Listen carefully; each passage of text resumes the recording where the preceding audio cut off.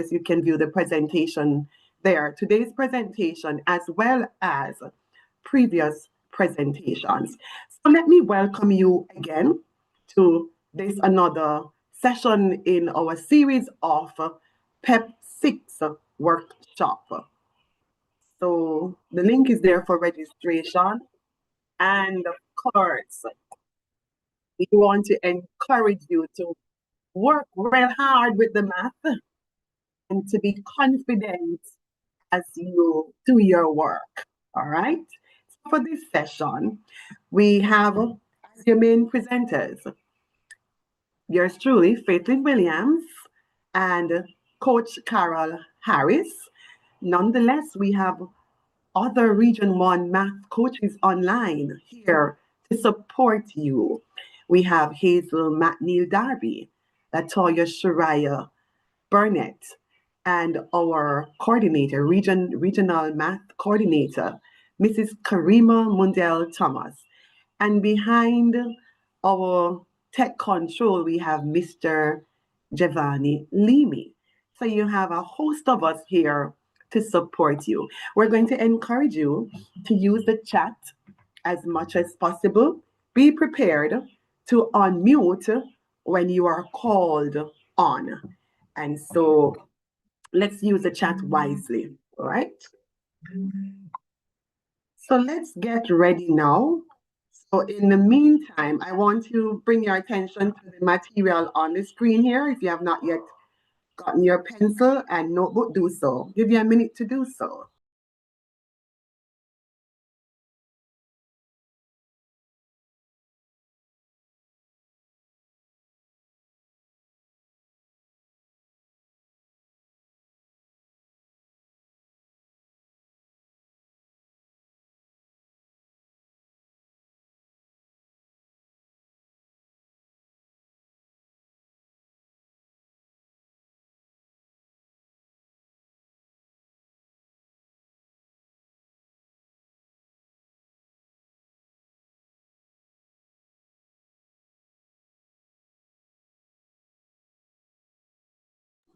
You would have retrieved your materials. I want to encourage you to participate in the session as much as possible. So I hope you have come with an engaged mind, ready to share, ready to work, and ready to participate. So let's move right on.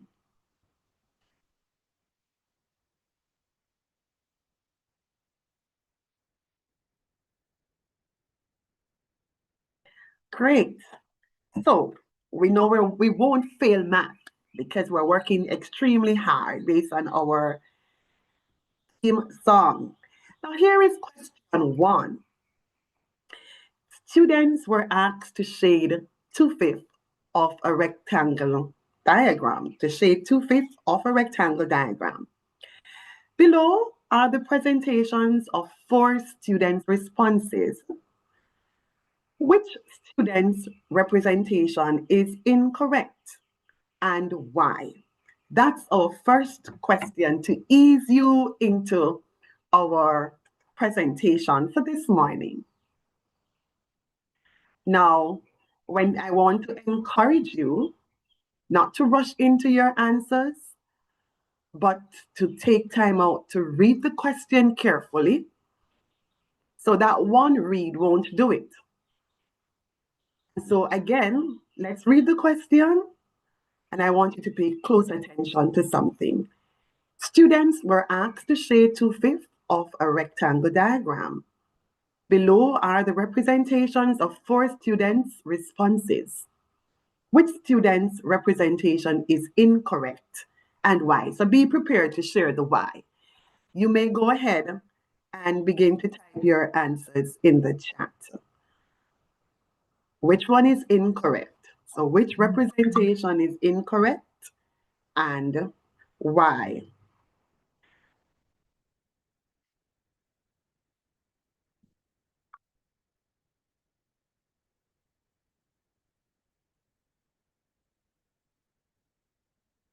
So I'm checking the chat.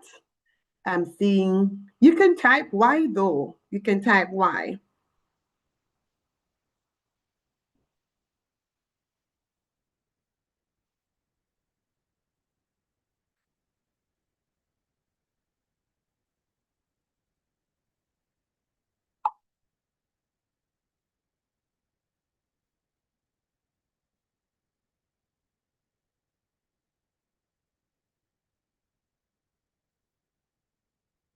All right, so I see several persons saying D for the answer.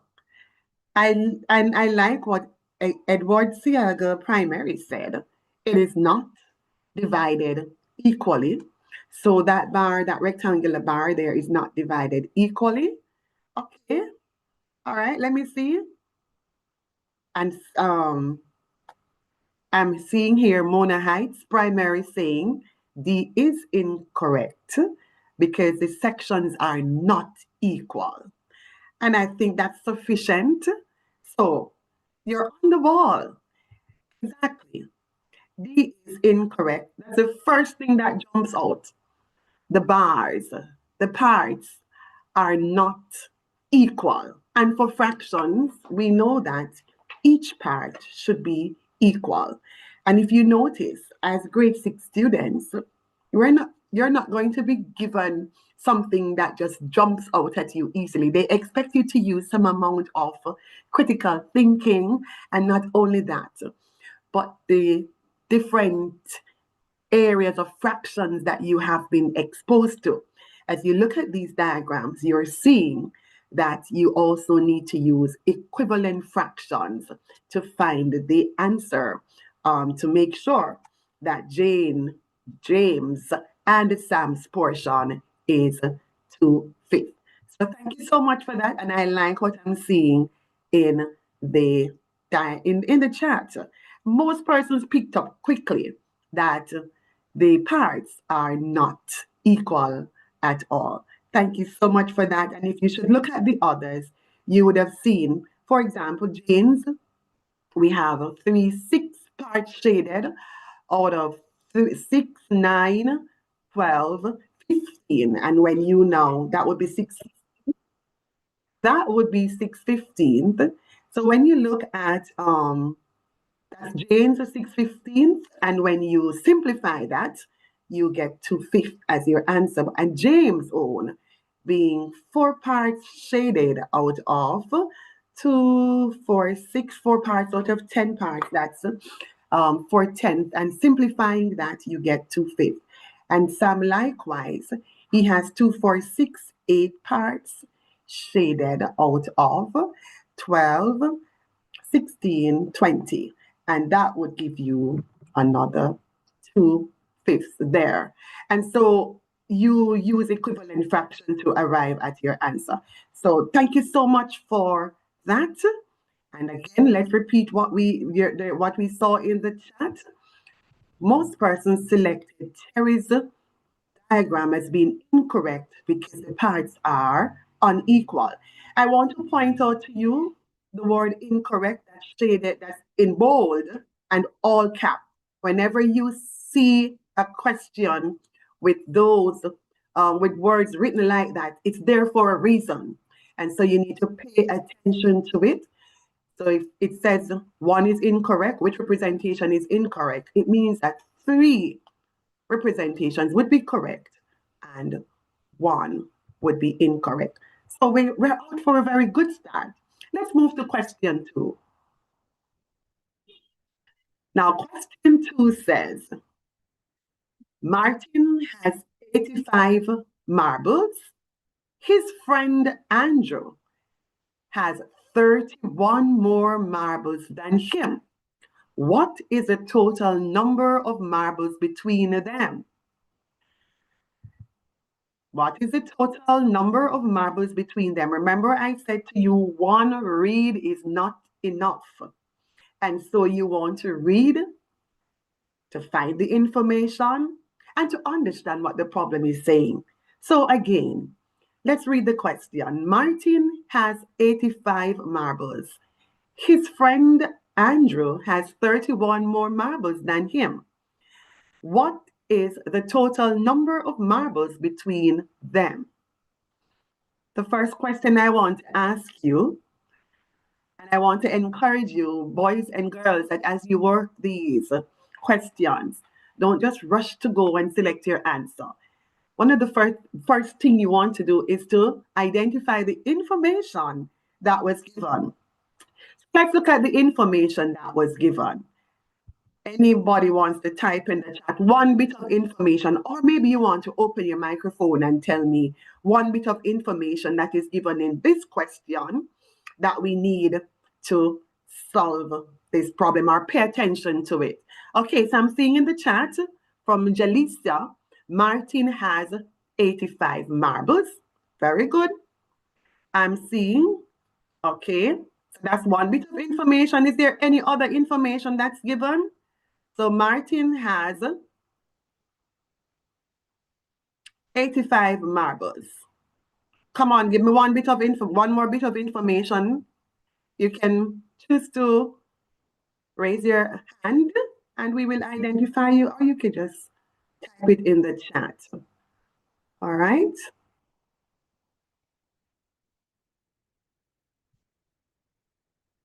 All right, so I'm seeing Narcane Morrison. Tell us which school you're from, and you may tell us another bit of information. Go ahead, Narcane. You may unmute.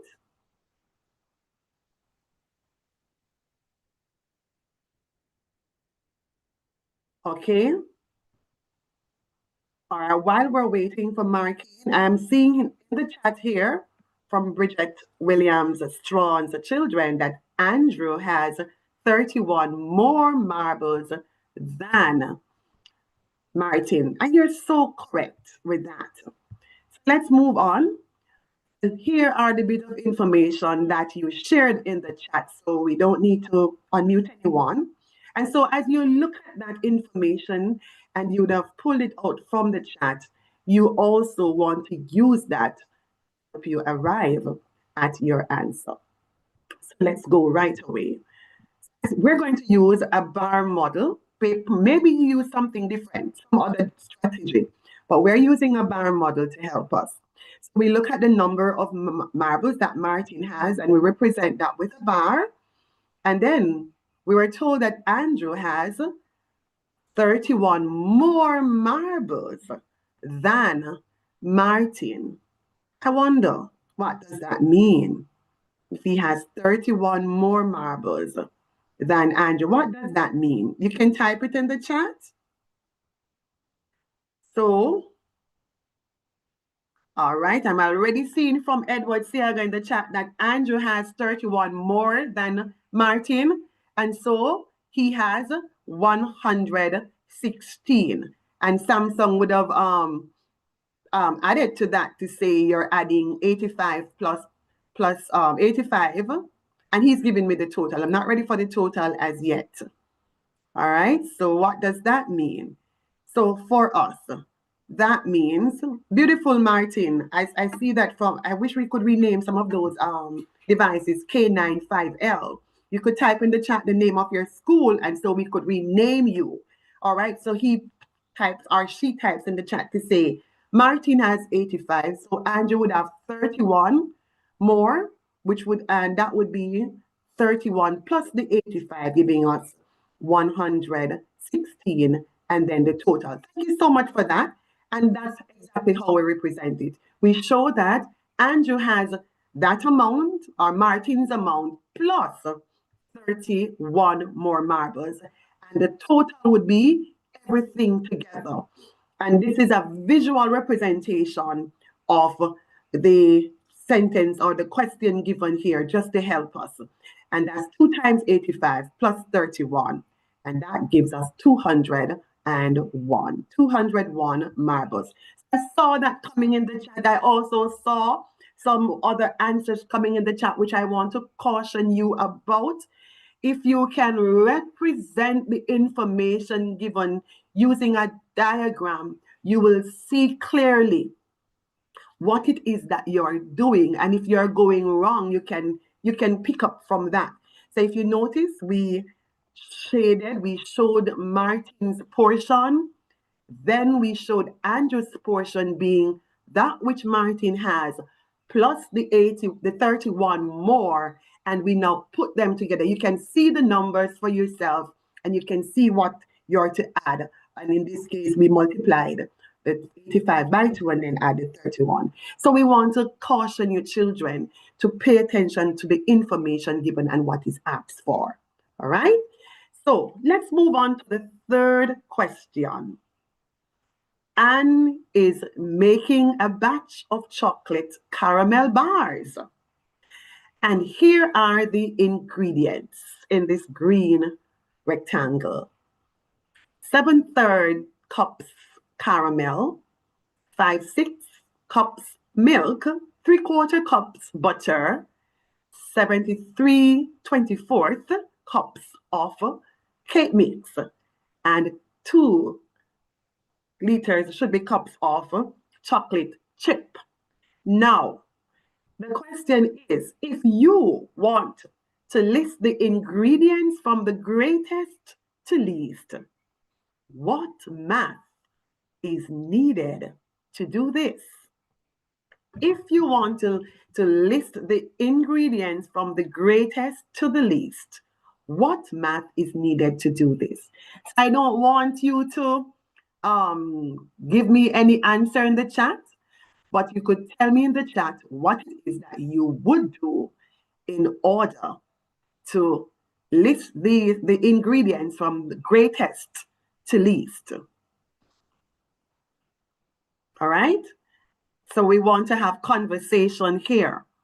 Can you, if you wish to say what you would do, you can raise your hand and we will identify you and ask you to unmute. We will give you the prompt. As soon as you get the prompt, you may unmute. So, Harrison, Miss Harrison, we're going to ask you to unmute and tell us what it is that you would do in order to arrive at your solution. Go ahead and unmute. One more time. The HCF. And go ahead. The HCF. Say that again. The highest common factor. Why would you want to find the highest common factor? So we can see which numerator is biggest when the denominators are all the same. So are you sure it's the highest common factor you want to find? Yes. You're sure about that? I noticed you also mentioned that you want to see that the denominators are the same, and then you can do your comparison. But what would you do? Let me ask you another question. What would you do to make the denominators the same? What is that process called? You never listen to the question? Thank you. All right. So can you allow him to share, please? Thank you. What would you do now to help you? The lowest common multiple. You'll find the lowest common multiple. The lowest common multiple. And I'm okay. Remember now. Thank you so much. We want to keep this as noise-free as possible. So as soon as you're finished speaking, you may mute your microphone. Thank you so much for sharing. And that's a beautiful way of putting it. And I see lots of person typing in the chat using the LCM. And when you find the LCM, what you're actually doing is creating equivalent fractions, all right, with the same denominator. Type in the chat, what's the LCM? Another method that you could use is benchmark fractions. And I know there are some schools on that the teachers have latched on to using benchmarking fractions to actually arrive at answers like these. And that's very quick and efficient for grade 6 students. So in the chat, no one has typed to say what the LCM is as yet. We're waiting for that. Thank you, Narkane Morrison. 24. The LCM is 24. Awesome. So once you do that, you are on the ball. So as we go on to the LCM, using benchmark fractions, you could look to see so there are some fractions that are improper fractions. Say, for example, 7/3 cups of caramel, that's an improper fraction. So we know that's more than a whole. So you can simplify that and write it in a simplified form, and you will see what that is. Also, is there any other fraction that's more than a whole? That's something you want to ask yourself. So can we identify quickly? Type in the chat the fractions that are greater than 1 whole. Type in the chat so we can see that. All right. You could type that quickly. Or they could probably just put the name C, chocolate chip, C, M, cake mix, B for butter, M for milk, caramel, whatever it is. Thank you so much, Miss Harris. And out of the blocks is Hagley Park, 7/3, 73 out of 24, and those are greater than 1 whole. But you know, I'm surprised that no one said chocolate chip. Look at chocolate chip. Chocolate chip is also greater than 1 whole. So right there, we are seeing that chocolate chip is 2. So right there, and as I said, I want to bring to your attention that we want, we just want to let you know that what we want to have here is the same unit. So this, and I'm making that correction right here so you can see that. That's our intention. So let's strike this out. All right. So going forward, that's how we will read it. So we see that chocolate chip is 2 cups, and then the others. Look at the cake mix. How much is that as a mixed number? All right. So those are some of the things you would look at, and that will help you if you're using benchmark fraction to arrive at the answer quickly. All right. So quickly, we're seeing 2 cups here. The 73 out of 24 cups of cake mix, that is all of 3 cups. My goodness, 3 cups and 1/24, as we can see. So that's the largest there. And we will use that kind of benchmarking to help us. I don't want to reveal the answer yet, but that's one way.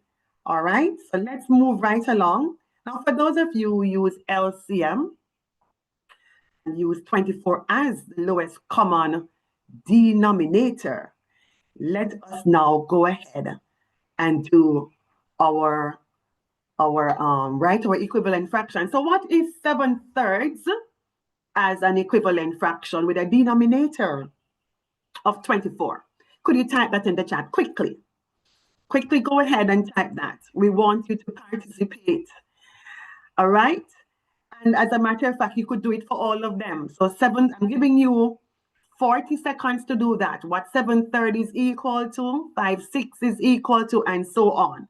For all of them, we want them to be written as an equivalent fraction with the same denominator. All right, so go right ahead, write them in the chat quickly.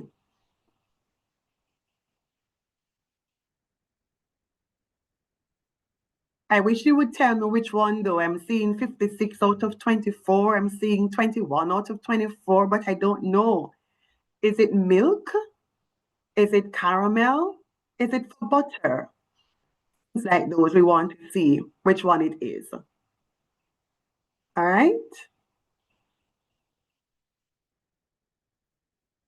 All right. So we see a number of things coming in the chat. Cups of caramel equal 56 out of 24. Okay, quickly. And I'm seeing 20 out of 24, 18 out of 24, 73 out of 24.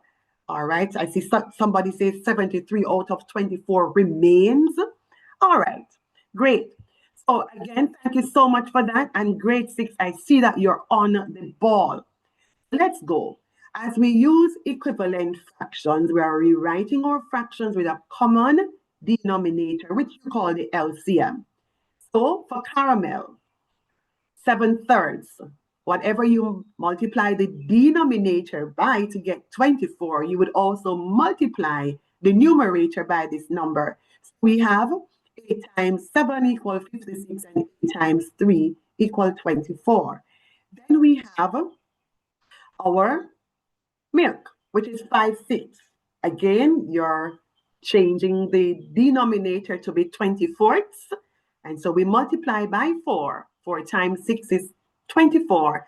And we also multiply the numerator by 4. 4 times 5 is 20. So here we have the change. I hope you're seeing what's happening so far. Then we're going to move on to butter. And that's 3/4. And changing that, we get 8, 18, 24th. Okay? And cake mix has 24 already, so we need not change that. That one was easy. And here we have it, chocolate chip, which is 2, which was 2 wholes or 2 cups. To write that as a fraction, we use 1 as our denominator. And here we have it. It's 48 out of 24.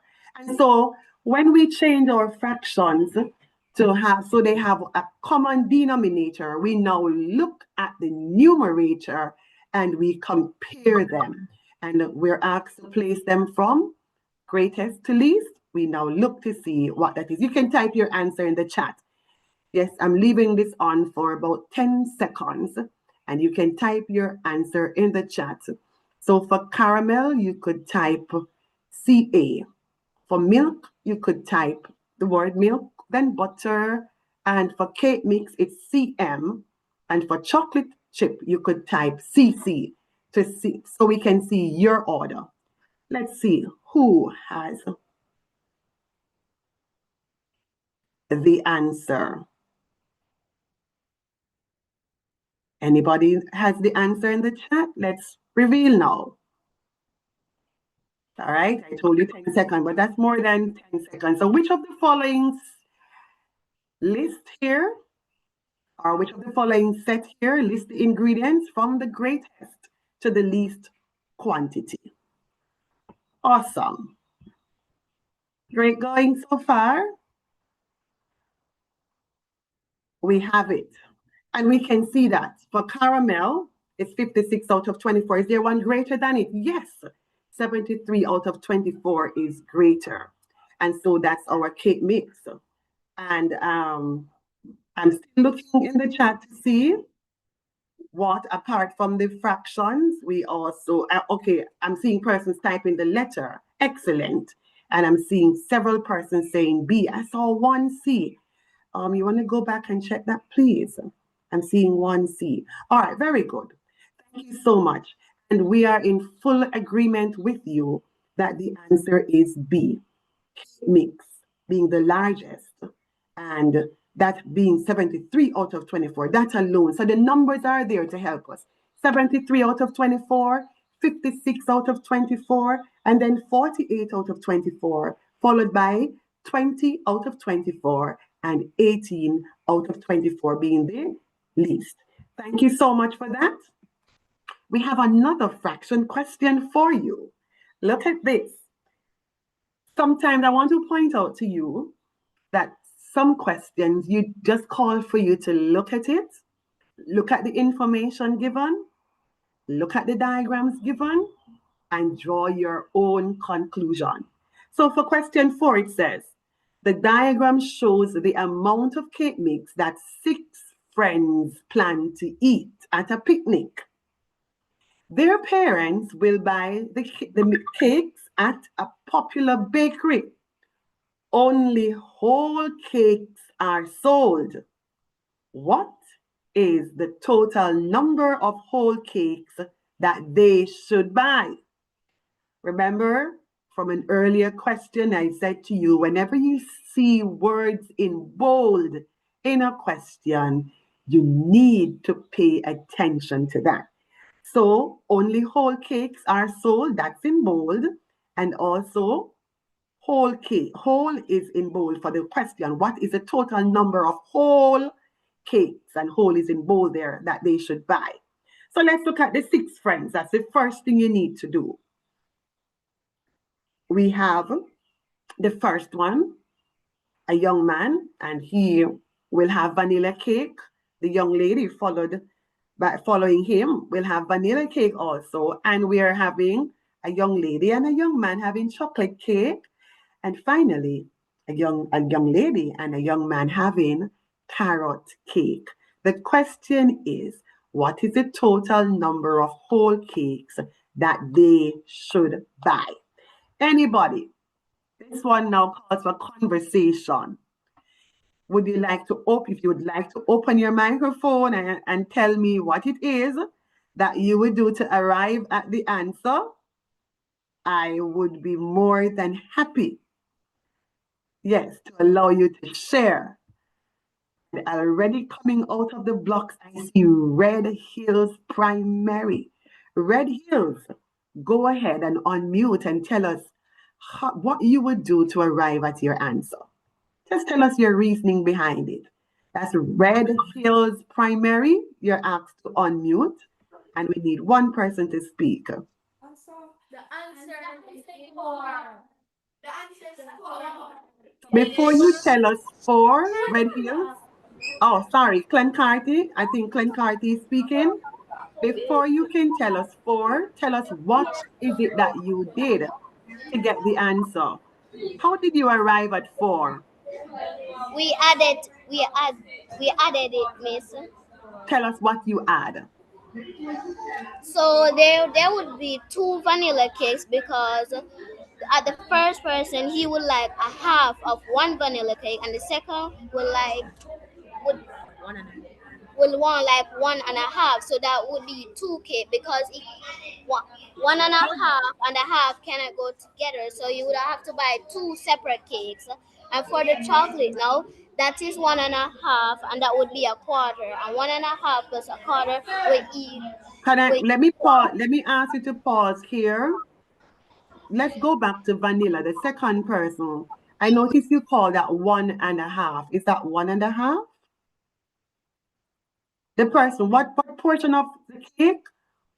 The second person here, let me highlight it for you to see. What portion of cake is this person planning to eat? Let's give Carty another chance to unmute. So look at it. Be careful how you read your fractions. Very, very important. So I hope you're not giving me the answer of the total with together. Tell me what this person is eating. All right. If you're ready, you can go again. If not, we'll move on to somebody else. In the meantime, go ahead. You can go ahead now, Clancarty. Sorry, that would have been a mistake. It wouldn't be 1.5. It would have been 1.25, miss. Okay, all right. And you're not telling us how you get the 1.25. That's how you get the 1.25. At the second vanilla cake, it would be 1.25, and at the first cake, it would be a half of an entire cake. And if so, you will have to buy. All right, let me ask you. Look at the second one. What fraction does this represent?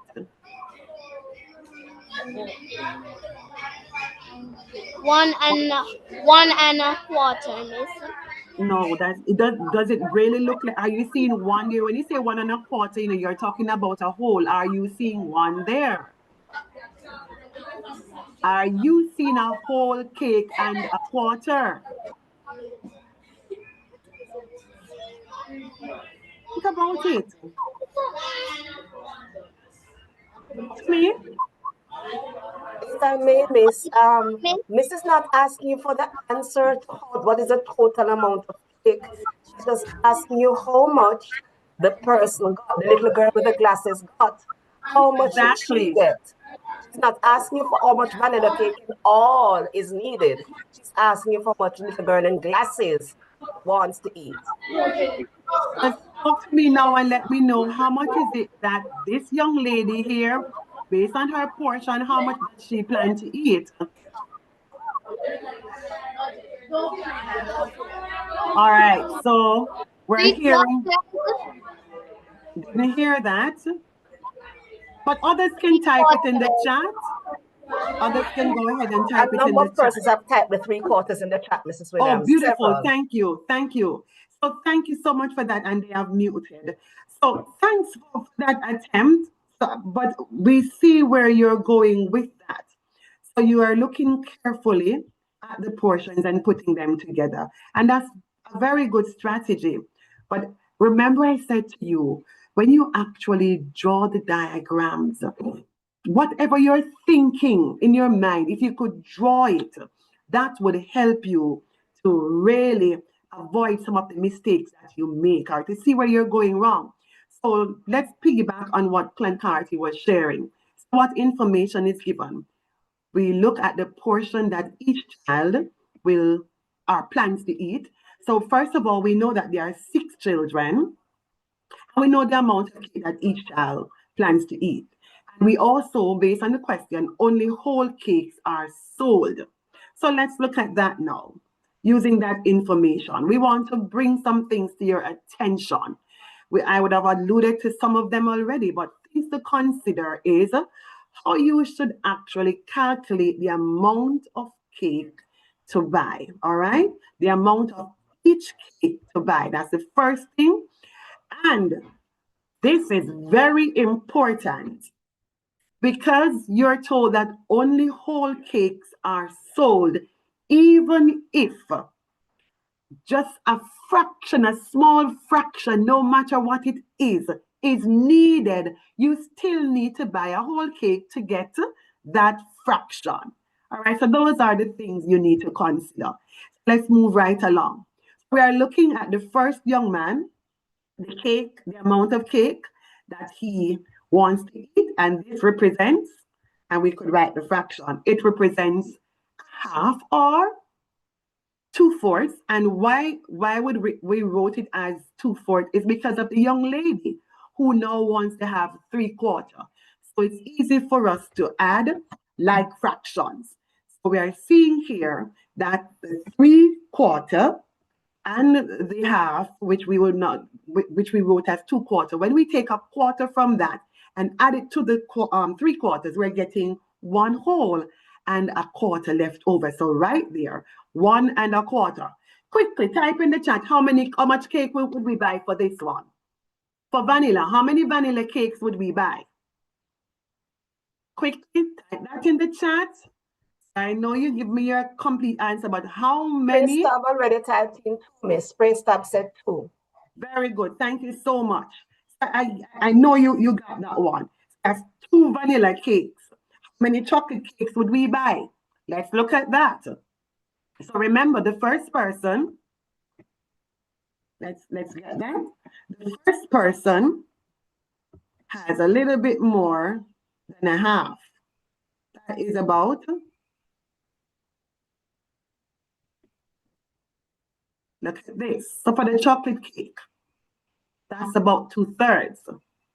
And then there's somebody who is eating a quarter. Again, it's good to put these as equivalent fraction with the same denominator. We have 2/3 being 8/12 and a quarter equal 3/12.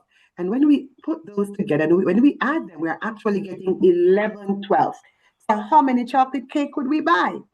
That would be 1. It's less than a whole, but remember, only whole cakes are sold.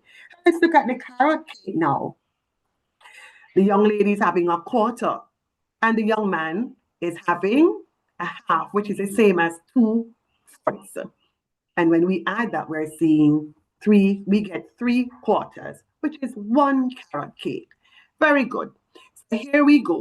What's the total? And we saw that coming in the chat, but we want to take time out to let you see that there's another way.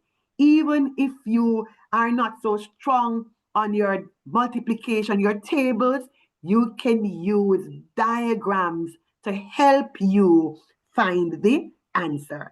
We see that they need a total of 4 cakes. So let's move right along. The picture on the right would have shown 4/5 of a Christmas cake that Levon has remaining.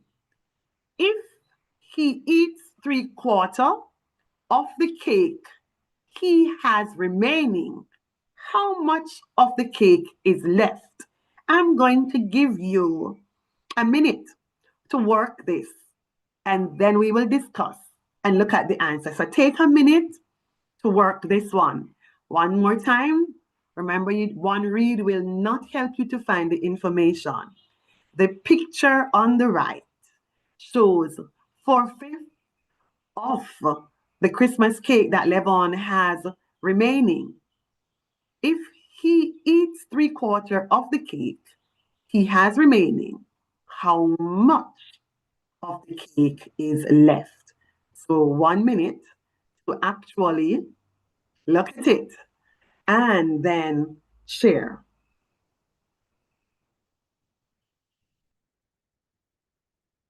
So 1 minute.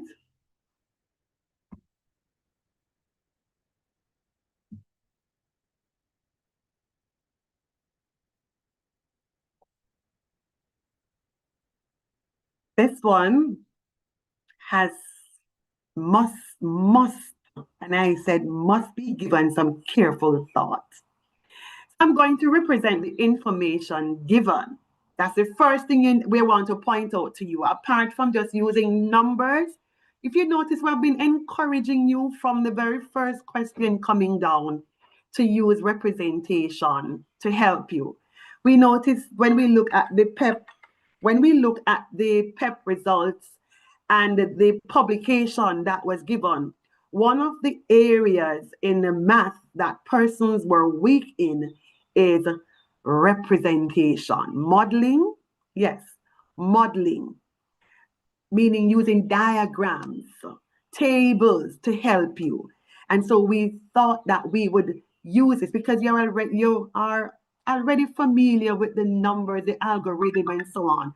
But we want to bring a different strategy and let you know how this really works. So one of the first things is to understand the question. It says that the diagram on the right shows 4/5 of the Christmas cake that Levon has remaining. You want to represent that.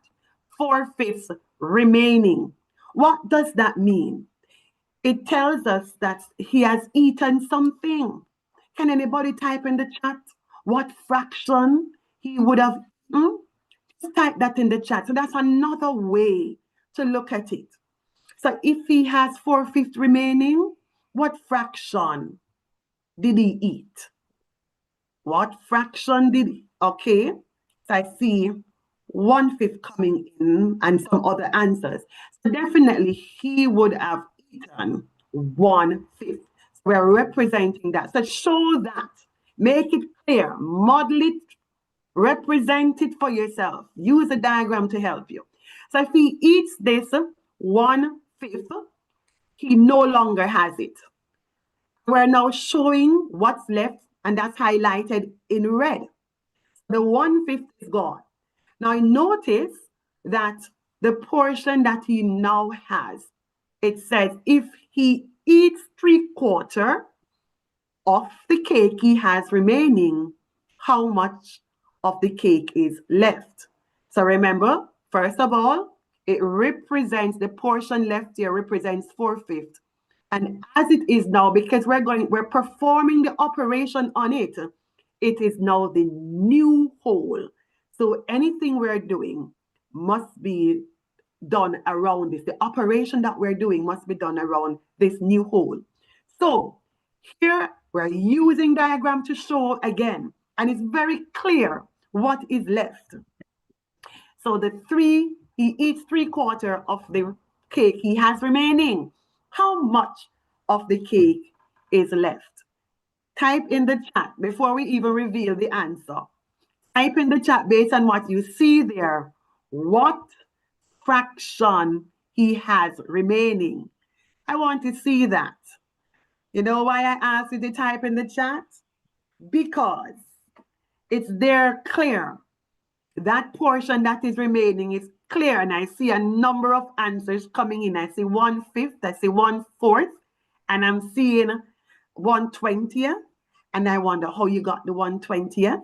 And okay, so a number of persons are saying different answers. So let me bring your attention to this. Remember, each portion, before we actually,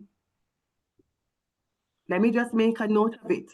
When we had the entire whole showing here, we would have divided each part equally, and you have to pay attention to what it really represents. Each part, what would each part represent? That's very important. It is saying that each portion, you can type it in the chat. I see people showing it in the chat, but that's okay. As it is here, each portion would be 1/5. Thank you so much for that. And I see that in the chat. So each of these, and it doesn't change, not because we now have a new whole working with. All of these are 1/5. All right. And I'm not going to type it right through, but all of these, this is also 1/5, and this is also 1/5, as well as 1/5. But we're seeing that what is now left is this portion here. And what is the name of that portion? Very, very clear in the chat. That's that we have. Let's go look at that now. That's keen to reveal that, but that's what we have remaining, the 1/5 as it was before. And so if we were to choose the answer, which a quick reveal was made, if we were to choose the answer, we would now look to see. And boys and girls, perhaps you would not have been given a diagram in the exam, but you can use the diagram to help you. But look at the answer, and we saw that earlier. Most persons, we have one answer giving us 1/5 there, and most persons would have agreed that that is what is remaining. But look at it carefully. I just want to bring your attention to it. Here is what we're working out. The new whole, which is 1, take away 3/4.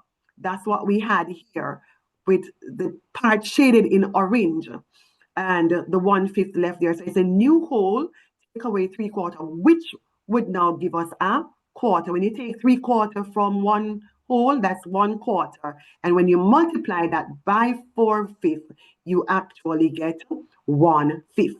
And so that's our answer there. So a lot of persons said, I'm still seeing 1/4 in the chat.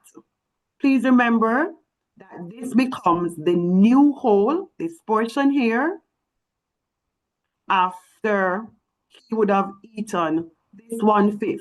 So we now have that as one whole, take away 3/4. When you're through with that, you get 1/4. And I really want to spend some time here to let you see that is what it's equal to. All right, so not enough space, but it would have been equal to 1/4. And now we're multiplying by 4/5. What is left? In other words, you're saying a quarter of 4/5. That's what is left, a quarter of the 4/5. And so what is that equal to? And in working that out, we are simplifying using 4 to simplify 4 there in the numerator and 4 in this denominator here. And so we have 1 times 1 give us 1, and 5 times 1 here gives us 5. We have 1/5. It's really 1/5 of or a quarter of the 4/5 that is left. 1/4 of the 4/5 that is left. And that gives us the answer of 1/5. So please, I would encourage you to take careful note of this, pay attention to this question, and when you have time, go back on our YouTube channel and look at the solution once again. All right, we're moving on to Miss, before we move on to question 6, somebody who got 1/20th, let us hear your thinking so we can try and address that error. Someone who got 1/20th, are you willing to just quickly open your mic and let us hear the reasoning you were following, and let us see whether we can correct that for all others who might have made that mistake. Okay, let me see if I can find anyone who had 1/20th. Are you willing to say how you got that 1/20th so we can hear your thinking? All right, we're on it. We're on it. Next, can somebody tell us, please, the 1/20th? If you raise your hand, sorry, Miss. Raise your hand. Yeah, if you raise your hand in the chat, we will be able to identify you. Raise your hand if you want to tell us about the 20. All right, so New Day is up. New Day is up. All right, those hands were up before, Miss Harris. Richards, okay, 6 Richards, you want to tell us how you get the 1/20th? Go ahead and unmute now. 6 Richards, you're asked. Go It ahead. would be 1/20th because you would change them to the same denominator. So 4/5 would become 16 over 20, and 3/4 would become 15 over 20. And when you subtract them from each other, you get 1/20th. You have 16 out of 20, and what else did you say? 15 out of 20. And 15 out of 20. And what does that 15 out of 20 represent? That represents the 3/4 that he ate. It represents the 3/4 that he ate. All right? And so this is what is remaining. Is that what you're saying? Yes, miss. Which is 1/20th. Yes, miss. But let me ask you, do you realize that he had an entire cake before? Right? Yeah. That was the entire cake. What portion is this that is remaining? Based on the answer? Based on what we have here, what fraction does all of this represent? 4/5. It is exactly 4/5. So we're saying that this portion is 4/5. All right? So I'm going to write that for you. This is 4/5. And if this is 4/5, that's what we have working with, which you now say is 16/20th, and the person had 3/4 of that, and that's okay right here, which is 15/20. When you take that away, you're getting 1/20th. But the 1/20th that is remaining, could you tell us what it is in relation to the diagram that we are working with, or in relation to the new whole? Do you know the relationship? No, miss. Yes. Oh, okay, so remember it asking, if he eats 3/4 of the cake, he has remaining how much of the cake is left, bearing in mind that you're working with the entire cake that was given. The entire cake would now be one whole, and now you have 4/5 remaining, and you're eating 3/4 of that, which we would have shown on the diagram here. All right? It's now the 1/20th. This 1/20th here remains in terms of, you're saying that this is 1/20th that is remaining here. But look at let me clean this up a little. Look at the diagram that was given before and the model that we're using here. If you were asked to use the diagram here, we would see that this is eaten. This was the first portion that was eaten. This would be the second portion. This would be the third portion. And the fourth portion, or the total that is eaten based on the original whole, which was 5/5. Look at the portion remaining and tell us what that is. What would you now call this section here? All right. Fraction? I What got fraction does that represent? one. That is 1/5. It is 1/5. And if you notice earlier, I would have pointed out to you that one of the areas that we realize that our children are struggling with is actually representation or modeling. Sometimes you work with the numbers. Yes, you know how to find the LCM and so on. However, you also it would be good for you, it would be an asset for you if you could put this in a diagram and read it, use it to help you to see it from in a different way, using a different strategy, and even in a more meaningful way. All right? Let me just try one more thing, Miss, because a number of persons I don't know, I'm getting a little annoyed with the crosstalk. But just remember that when Miss created this model, she's showing it that the original diagram, the first, Miss, go back to the first cake. That are the 5 parts, please, quickly. Let me clean up so you can see it. It's the original cake. If you're gonna have 4/5 remaining, it means that the original cake was divided into 5 equal parts.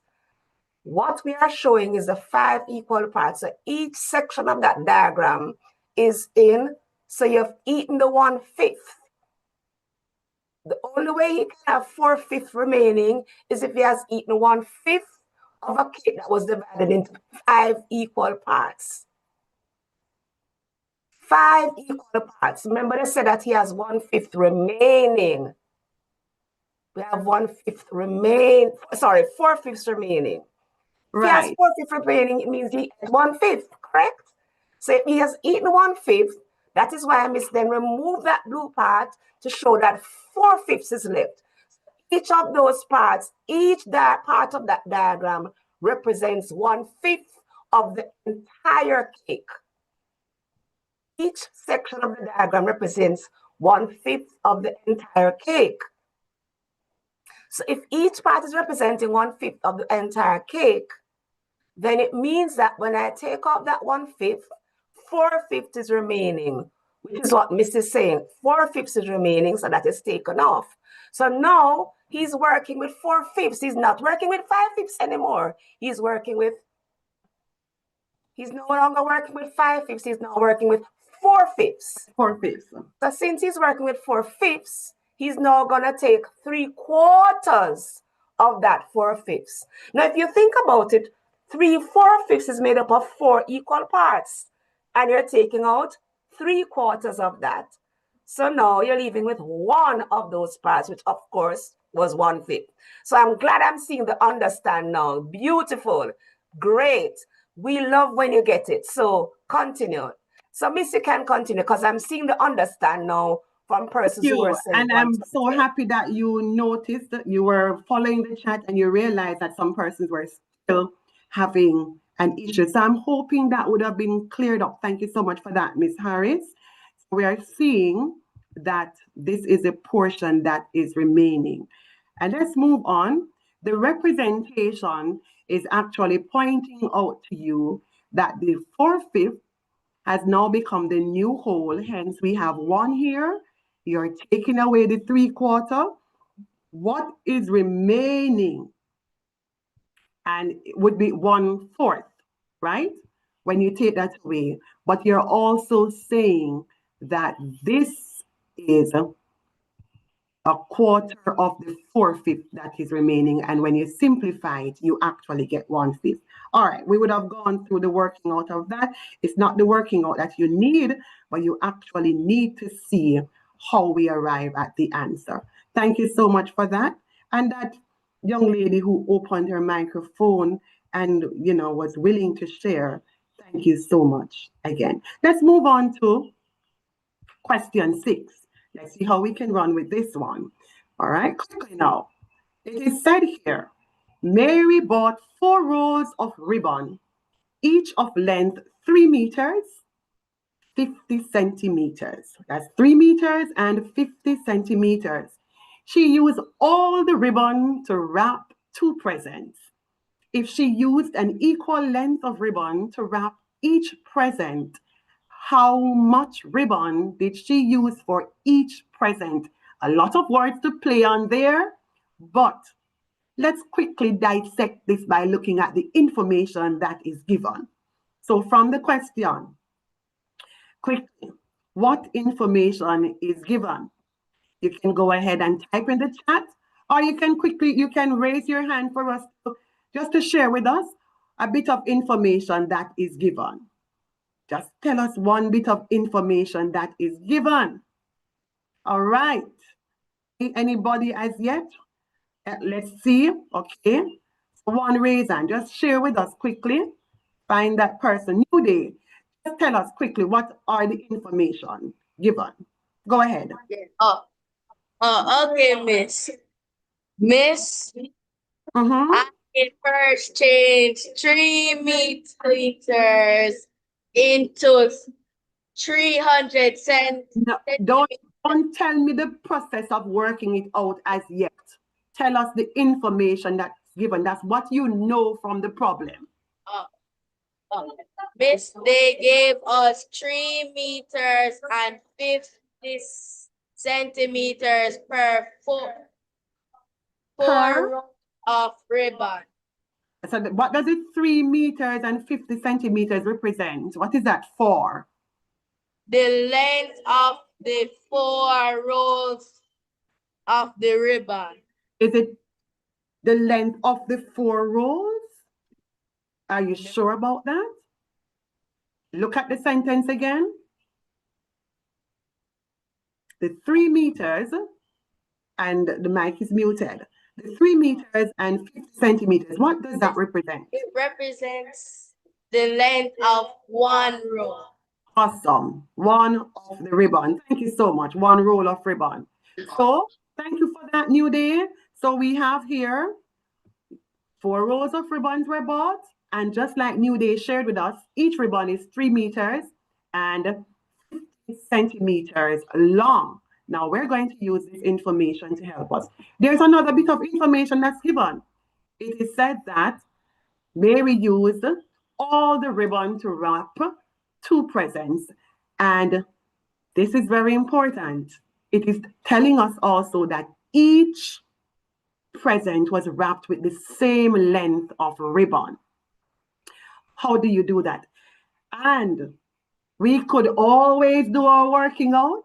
You can type in the chat how you worked it out, but we are helping you to use representation, modeling to help you arrive at the answer. So some things you need to consider: the length, the total length of all the ribbon, but then you can say how much is used to wrap the 2 presents. All right, that's the first thing. And another thing you need to consider is how many centimeters do you have in a meter? The fact that you're given 2 units to work with, 3 meters, 50 centimeters, you're given meters and centimeters to work with. It would be easier if you actually convert to 1 unit. All right, that's where we're taking you. So let's look at this. I am showing you how modeling can actually help you to arrive at the answer. Here we have a number line, and it is showing our meter. It is written in meter as well as centimeters. And for that 3 meters, as you can see, and the revelation was made before I even ask you, 3 meters being right here, the 50 centimeters, we would have pointed out earlier that 100 centimeters is equal to 1 meter. So to get our 50 centimeters, it would be somewhere here. And when you convert that to meters, we have it being 3.5 meters. All right, quickly. So we are showing the length of each ribbon. I wonder if anybody wants to go ahead and tell us how you work that out in the chat. So here we have the length of each ribbon, 3.5 meters long.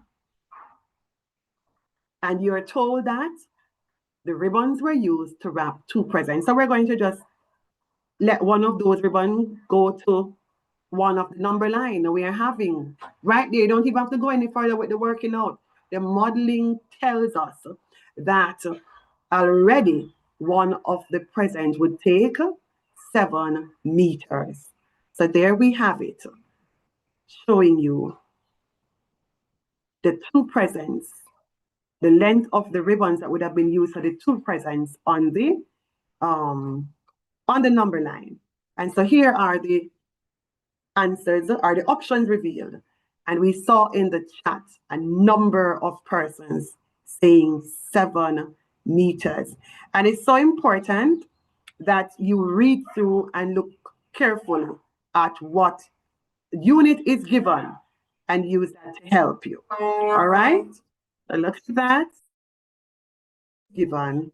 Thank you so much for that. So the length used there is 7 meters for each. All right. Thank you so much for that. So at this point, I am going to be handing over the rest of the presentation to Miss Carol Harris for her to move along or to continue. So Miss Harris, over to you. Thank you very much, Mrs. Williams. Thank you. I love the participation so far. We will now move on to the next part of our presentation. At this point,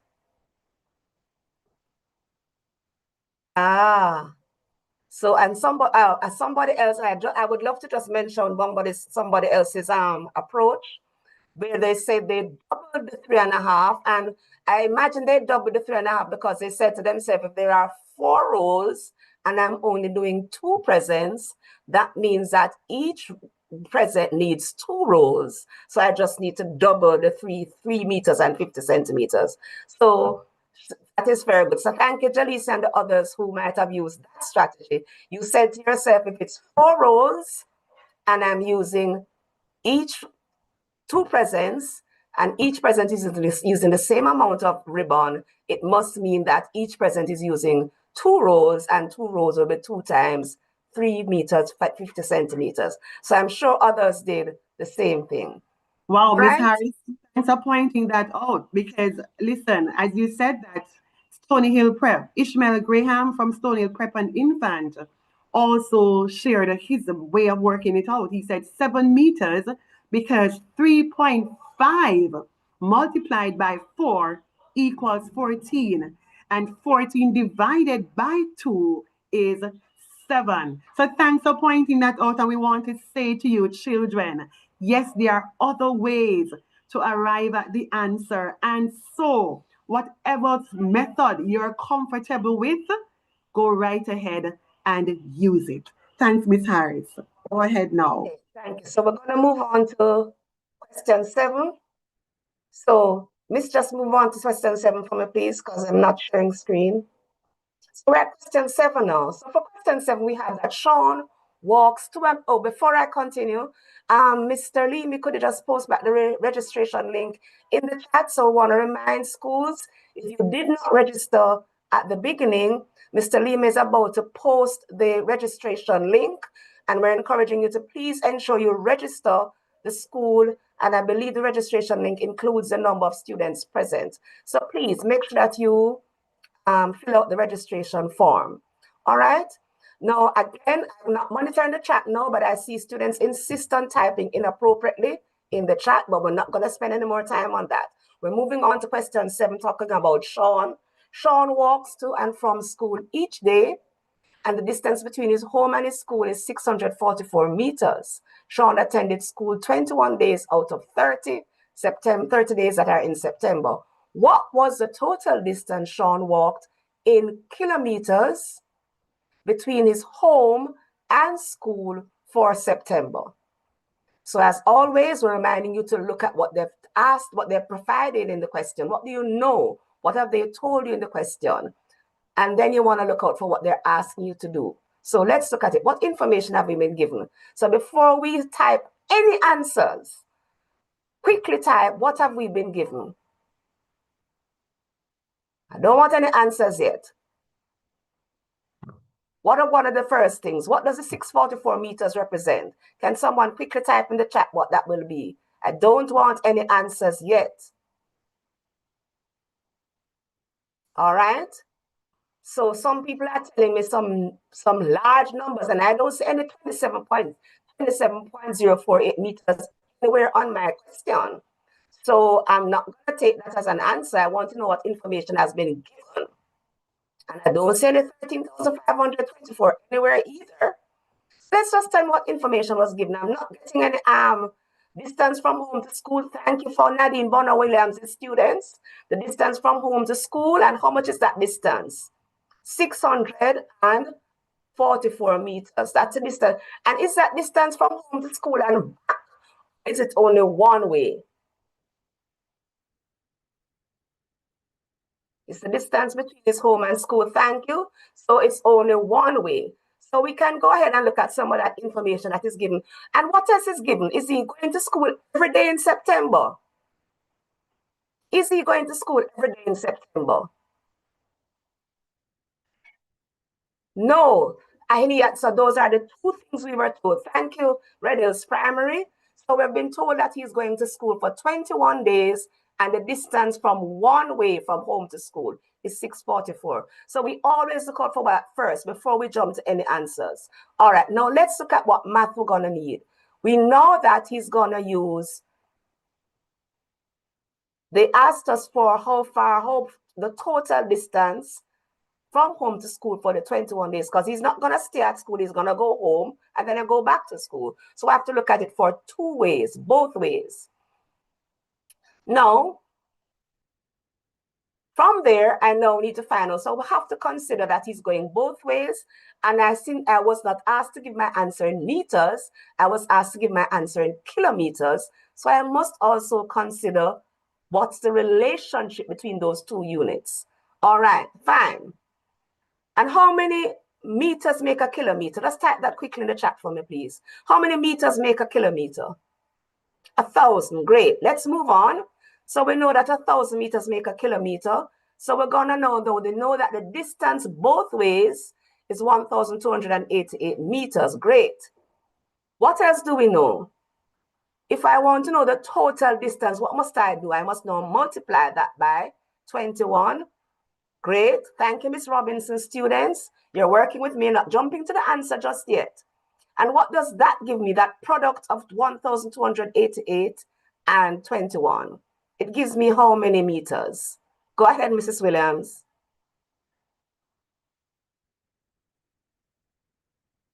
All right. Now, some of you might have done, so I'm just going to show a quick strategy. Notice that I did not set up my 21 times 1,288. Can someone tell me what I've used here in this calculation? What have I used here in this calculation? Can somebody type in the chat what it is that I used here? What property in math did I use here?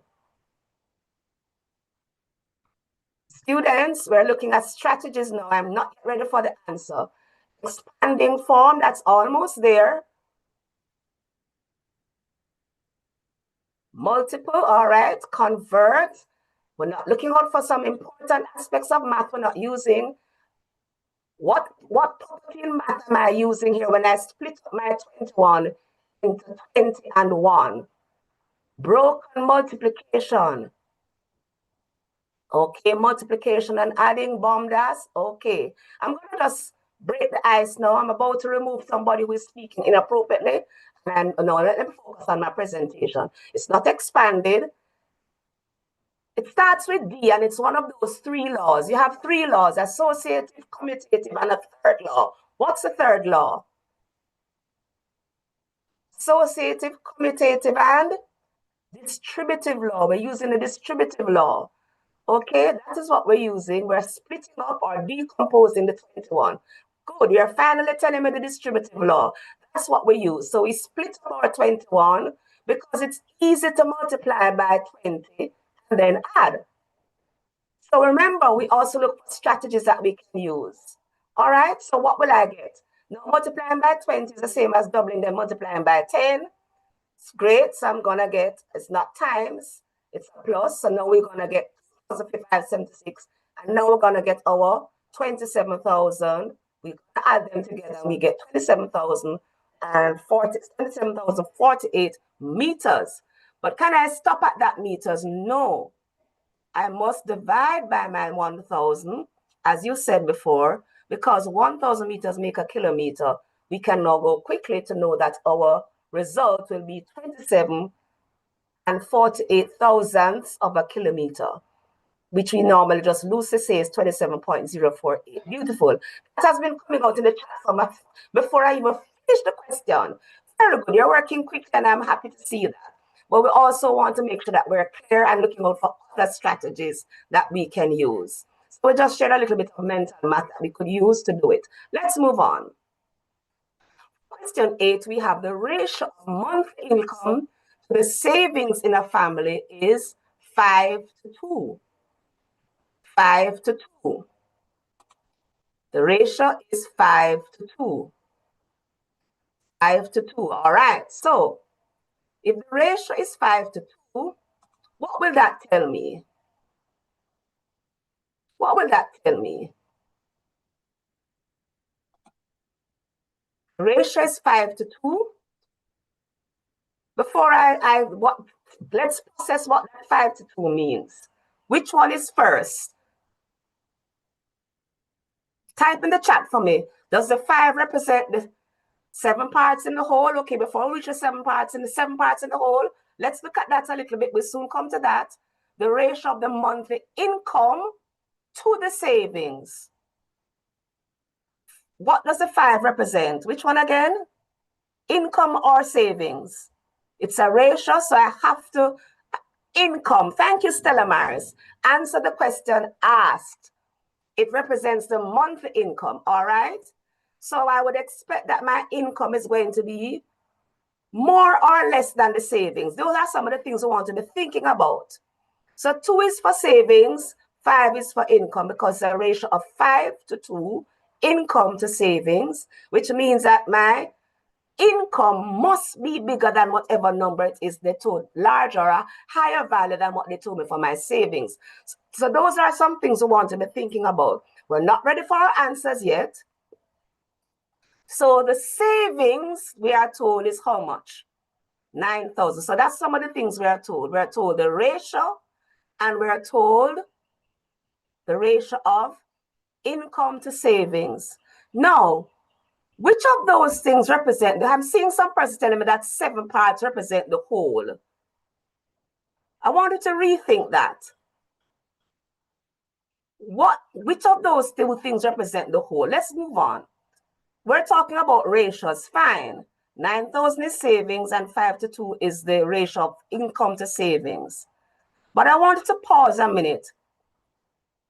Do any of those numbers or quantities, do any of those quantities represent the entire amount of money that we're dealing with? Someone type in the chat for me, please. One of those quantities, do any of them, no, let me not ask it that way. How do you know which one represents the whole, if any? How do I know which of them represents the whole, if any? They tell me that 9,000 is for savings and the rest is for expenses. I'm not looking at the process yet. I want us to think through what the question is telling us.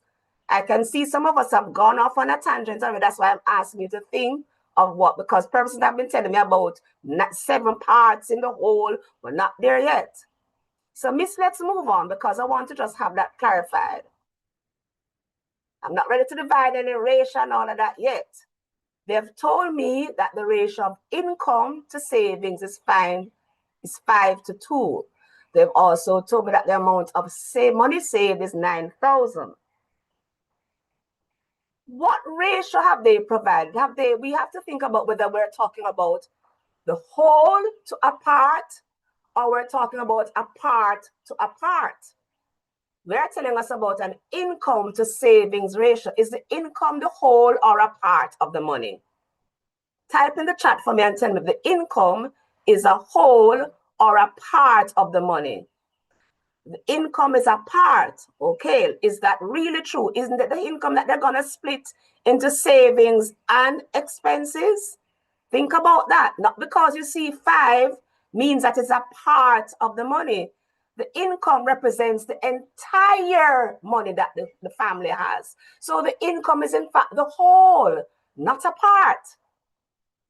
So the income represents the whole and the savings represents a part. So the savings is a part of the whole. Beautiful. We want to have that clear in our minds first of all. So income to savings is what we call a whole to part ratio. Let's move on, miss. And that is a 5 to 2.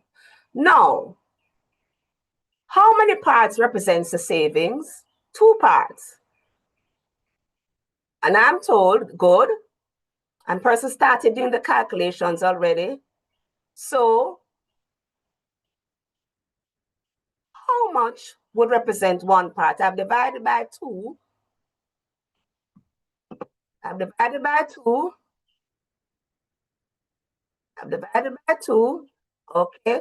Mr. Levy, could you please remove Mr. Beast for me? I'm not going to be distracted by him or her.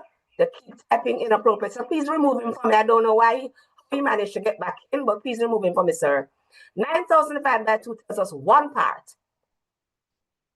So if I know that 1 part, how can I get the entire now, the whole? How can I get the whole now? How many parts represents the whole? 5 parts. Thank you, Stella Maris. 5 parts represents the whole. And so from that, I can get the income. So the income is going to be, let's go ahead. The income will be 5 parts. So from that, I can get the entire amount. What is the income that the family has? What will that amount be?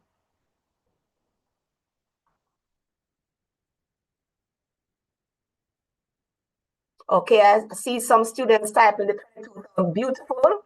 So those 5 parts is going to be 5 times that, which will give me my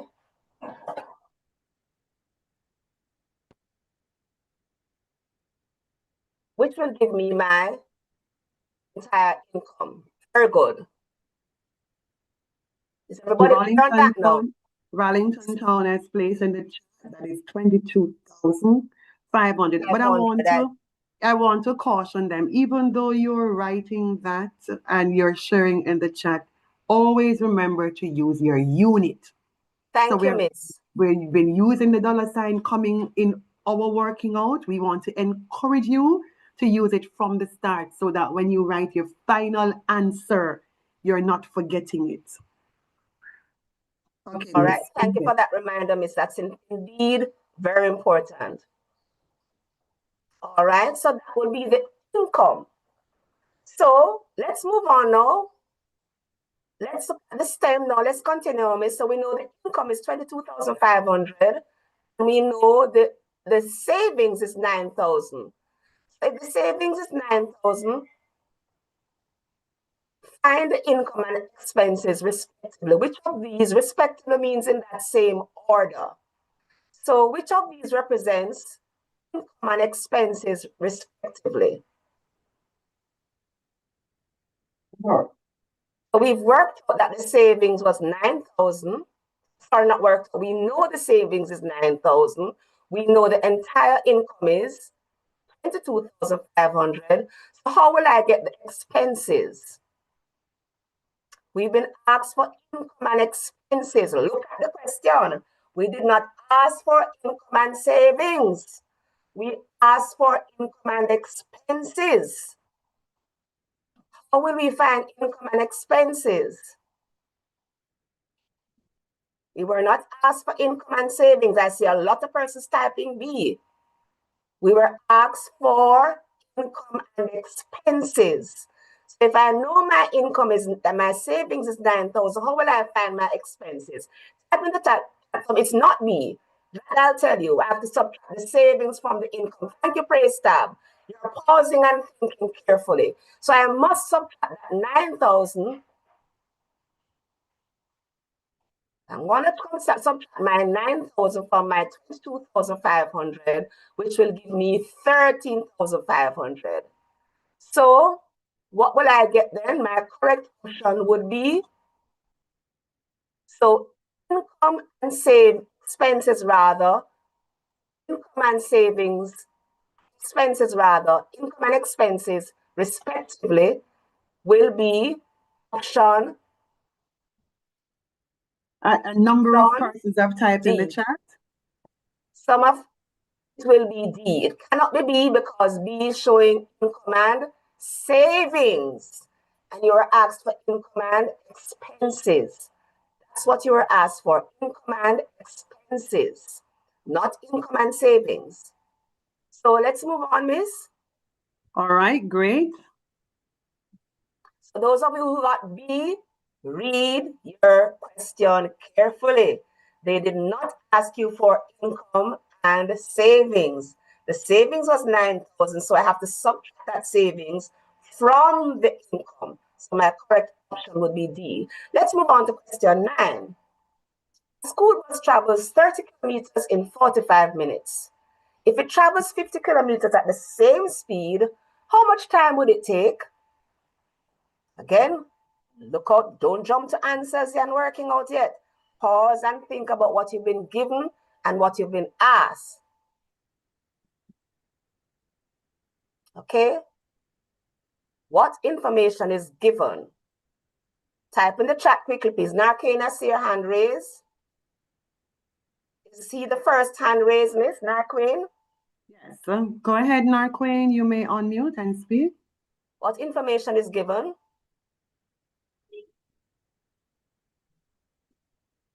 Your microphone is open now, Narqueen. Go ahead.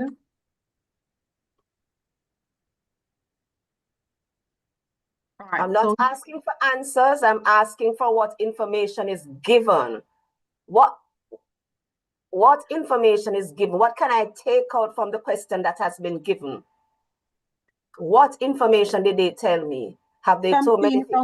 I'm seeing from Rollington Town that the bus travels 30 kilometers in 45 minutes. Okay. All right. So I know the time that is taken to travel a certain distance. Is there anything else that they've told me? Oh, Dallas Primary and Infant said the speed it travels. The speed it travels. I just missed it, but they did speak about the speed it travels. I'm gonna see if I can find it back. And the time it takes. The speed it travels and the time it takes.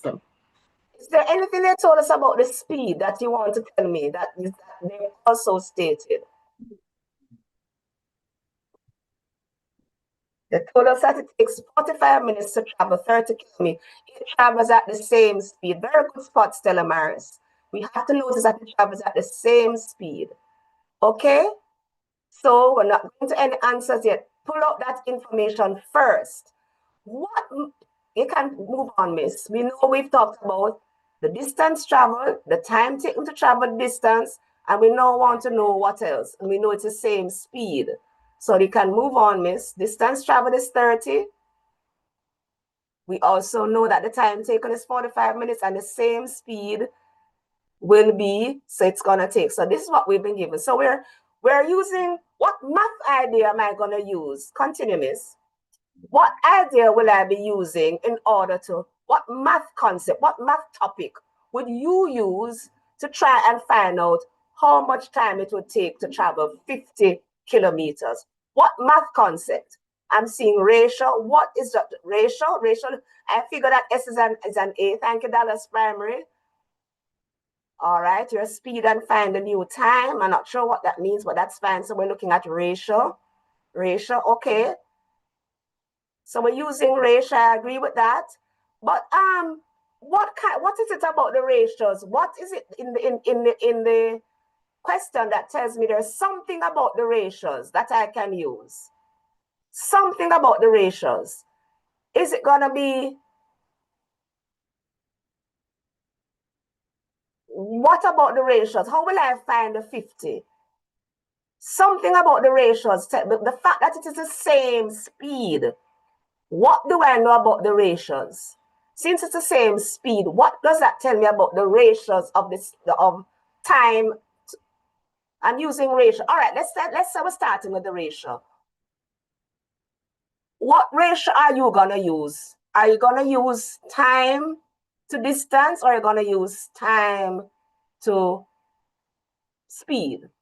So let's use the ratio. Fine, we're using ratio. Good. Tell me,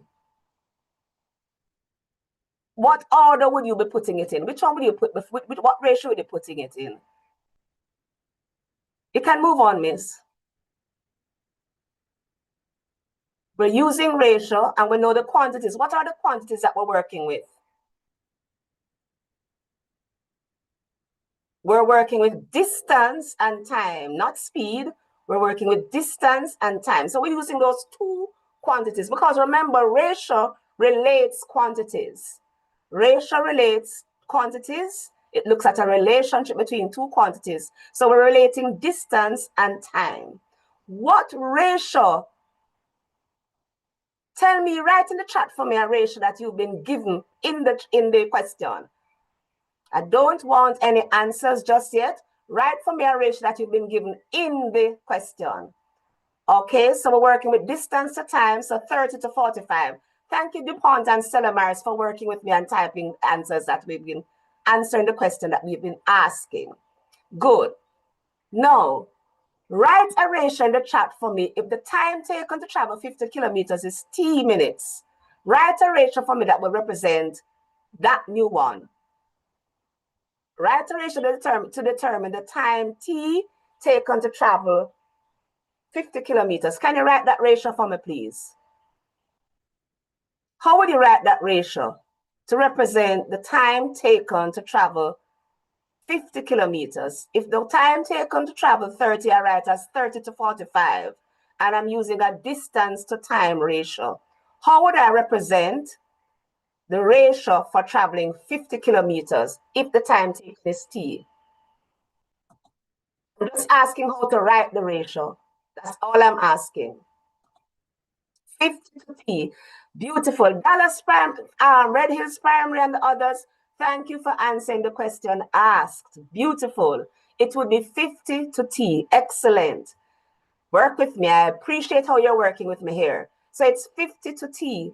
Let's move on. So we're looking at 50 to t as the ratio.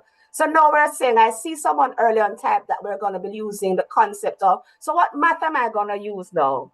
We're using ratio, but in particular, we're using the concept of equivalent ratios.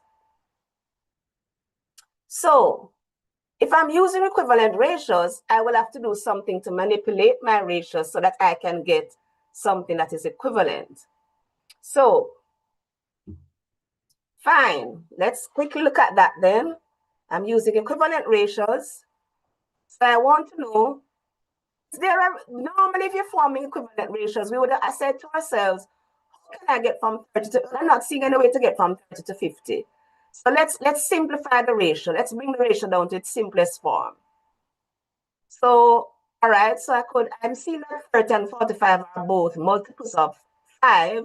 So 5 is a common factor. So I'm going to divide by 5 for my equivalent ratio. So I'm going to get 30 divided by 5 giving me 6. 45 divided by 5 giving me 9. All right, that's not yet in its simplest form. Plus, I don't have a relationship between 6 and 50. There's still no relationship between these numbers. There's not a whole number that I could multiply by to get from 6 to 50. So let's reduce it some more, dividing by what? 3. I see some persons got that 2 to 3 ratio from earlier on. So it's going to be 2 to 3 when I divide by 3. Great. No, I can't work. No, so what would I multiply my 2 by to get to 50? Type in the chat what I would have to do with my 2 to make it 50. What would I need to do? What about 25, Chanel? What would I need to do with 2 to get to 25? What would I need to do with multiply by 25? Thank you for that. So if I multiply 2 by 25, I will get my 50. And therefore, if I'm dealing with equivalent ratios, I must do the same with my 3 to get to my t. So if I multiply 3 by 25, I will then get my value for t, which is now going to be 75 meters. Beautiful. We want to see the process. We're not jumping to the answer just yet. Sometimes if we make a mistake with our process, we're going to run into trouble. We're going to run into trouble. So we want to look at the process and make sure our thinking is good thinking and we're making sense of it. So indeed, it would mean that we have 75 minutes, that it will take 75 minutes to travel 50 kilometers. Beautiful. Alrighty, let's move on to our next question, question 10. This one is dealing with a scale, a map. So the question is two parts. There are two parts of the question. So we're going to take a little while on this question. Take us a little while because it's not going to be just a quick walkthrough. We're going to look at our scale now. In this question, we say the map shows the Kingsland Key. The grid is made up of 1 centimeter squares. We wanted to use the grid and the scale shown to answer the following questions. What is the actual distance from the bus park to Cooper's Beach? And the second question asks if the perimeter of the community play field is 100. Well, we need to fix, we have to correct that. We'll correct it when we come to the next slide. So we're gonna be moving on to the next slide. I see a raised hand from Stony Hill. What's the question you're asking, Stony Hill?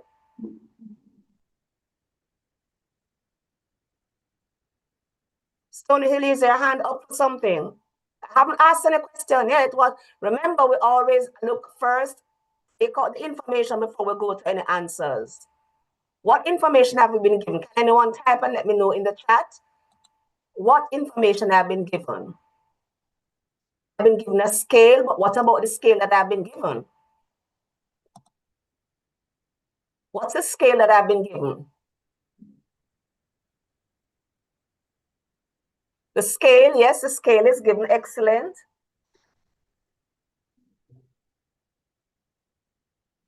I've been given the scale. Someone has put in the chat the scale, DuPont Primary, the scale is 1 to 10,000. Good, thank you. Likewise, Rallington Town. All right, should have been a change made to the previous slide. So we're working with a scale of 1 to 10,000. And that 10,000 is representing what unit, by the way? 10,000 what unit? What unit does it represent? Can you type in the chat? But I don't know if we're going to have the time to unmute the mic. So if you could type, this is a question that Stony Hill Primary is asking. What unit is that 10,000 in? All right, nothing in the chat as yet. I don't say anything in the chat telling me the unit that 10,000 is in.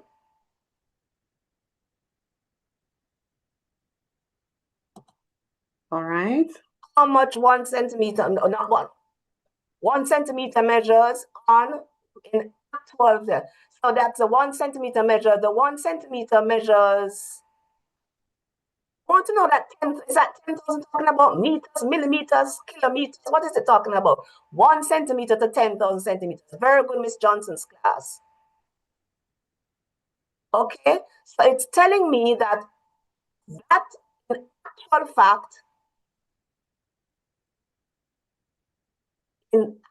fact, whatever measures 1 centimeter on the map, if I were to go to Kingsland Key, it would actually represent, it would be 10,000 centimeters. Beautiful.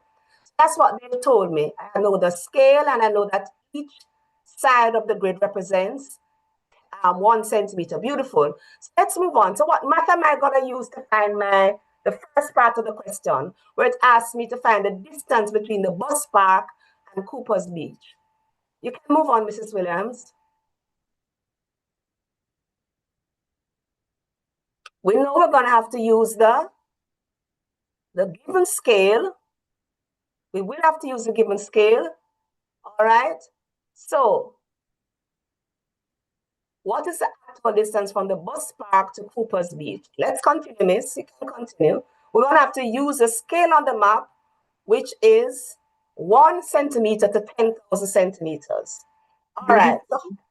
And as you would have seen the arrow, that red arrow, that's showing the distance. That's another way they could mark it off before they even run to anywhere else or to work out anything else. Identify that distance, yes. We have to, thank you, Miss. We have to identify the distance and we have to use the scale. Fine. So we're using the scale for that 7 centimeters. Now, how will I know the actual distance from the bus park to Cooper's Beach? We see that on the map, it is 7 centimeters rather. And so I now know that in actual fact, on the real key now, in real life, the distance on the key itself is 70,000 centimeters. So on the map, it's 7 centimeters, but in real life, on the actual distance, when I go on the key, it's going to be 70,000 centimeters. Why? Because I have to multiply. I can't fit 70,000 centimeters on a little piece of paper. So I have to use a scale to make it smaller, to represent it. And so in order for me to find out the actual distance, I would now therefore have to multiply, because I'm dealing with a larger value.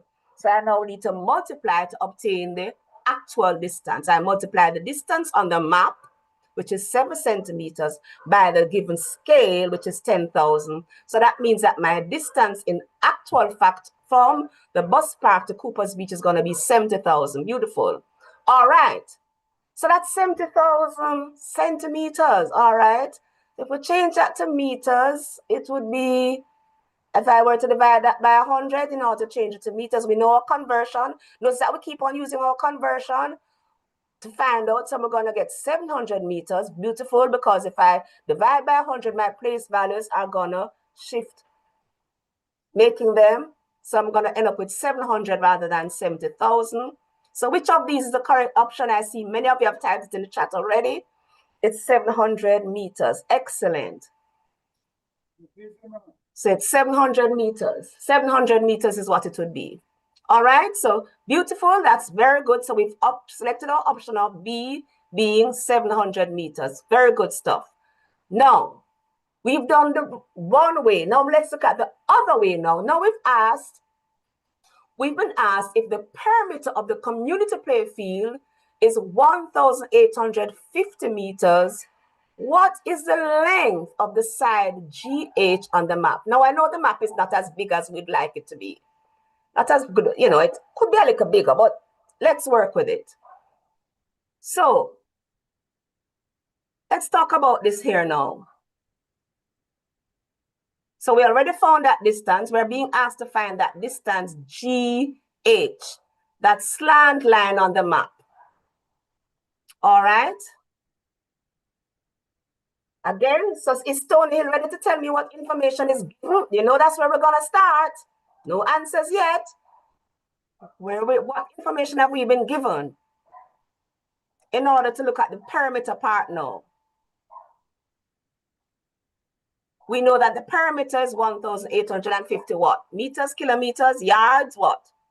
Thank you very much. We've added our unit. You have to attend to precision. We've been told that the perimeter of the entire community field is 1,850 meters. Very good. So we've been given the perimeter as 1,850 meters. Is there anything else we've been given? Though even if it's not stated, is there anything else we've been given? We know the perimeter of the play field. Is there anything else we've been given from even if not in the question, on the map itself? Is there anything else that we know, even if it's not stated in the question? Because sometimes what you know is in what we call implied. Very good, Dallas Primer. We know the perimeter and we also know the length of the other sides. Very good. And we know the length of the other sides. Why? So let's talk about that. We know the length of the other sides because using the grade, very good, we can get the length of the other sides. So there are two things we've been given. We've been given that the scale is 1 to 10,000. We've been told that the perimeter is that, and we've been told that the community play field is that trapezium that we see there. And that trapezium, we know 3 of the sides. So now I have to now find my missing length using the scale. Very good. I love what I'm seeing. I give you an applause. Let me give you, I need to give you a good thumbs up. Thumbs up for everybody on that. Very good. Very good thumbs up on that. Now we want to calculate that length GH. We want to find the length GH. We're now finding the length GH. So, as someone said earlier on, I'm going to use those known lengths, the lengths of the other sides. So I have those lengths. So let's work on those lengths. How will I find those lengths? I know there's a 4 centimeter here. There's another 4 here, and then there's a 6. So I know those known lengths are going to be how many in all? Continue, miss. We can continue. We can go to the working. We know the information given. We can go on to the working now. That's what we have. Now we want to calculate the actual length of GH, because I can't know on the map until I know what it is in actual distance. So I'm using the perimeter that they gave me as well as the known distances to find the length of GH. Very good. So I see somebody has typed new. They tell me that the answer is 450. You can fit 450 on a map? 450 what anyway? I wonder. Talk to me. Look at that again, New Day. I love how you're working, but look at your question. We're going to come back to it. So we know the distance that we know is 140,000 centimeters, because it's 14,000 times 10, 14 rather times 10,000. Is everybody, I hope everybody is clear on that. Very nice. So now let's move on. So now we know that because we're multiplying, so we're now going to change that to meters.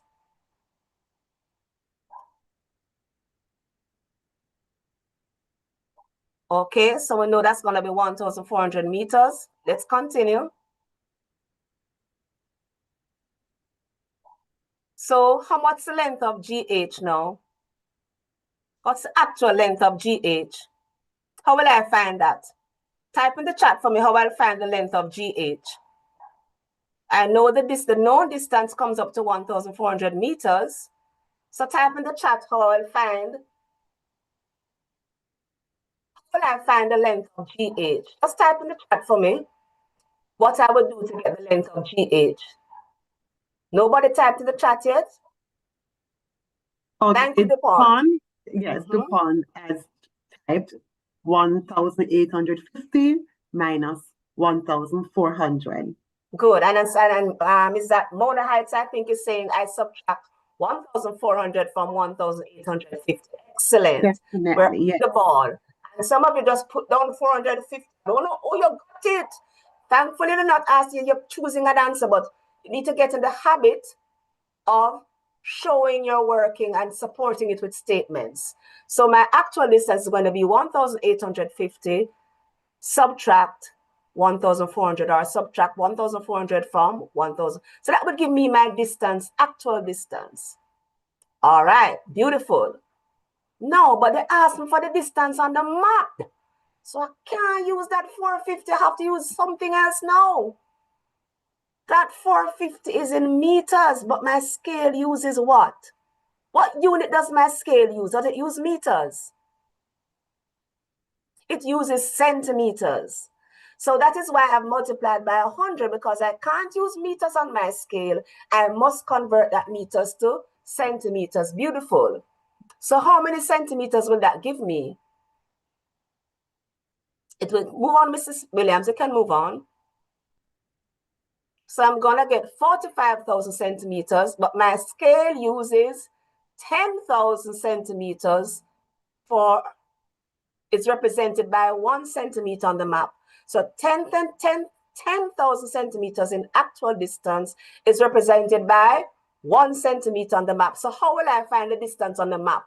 What operation must I use? Type in the chat for me. What operation should I use to find the actual distance on the map? What will I do to find the actual distance on the map? Type in the chat for me, please. We're moving along.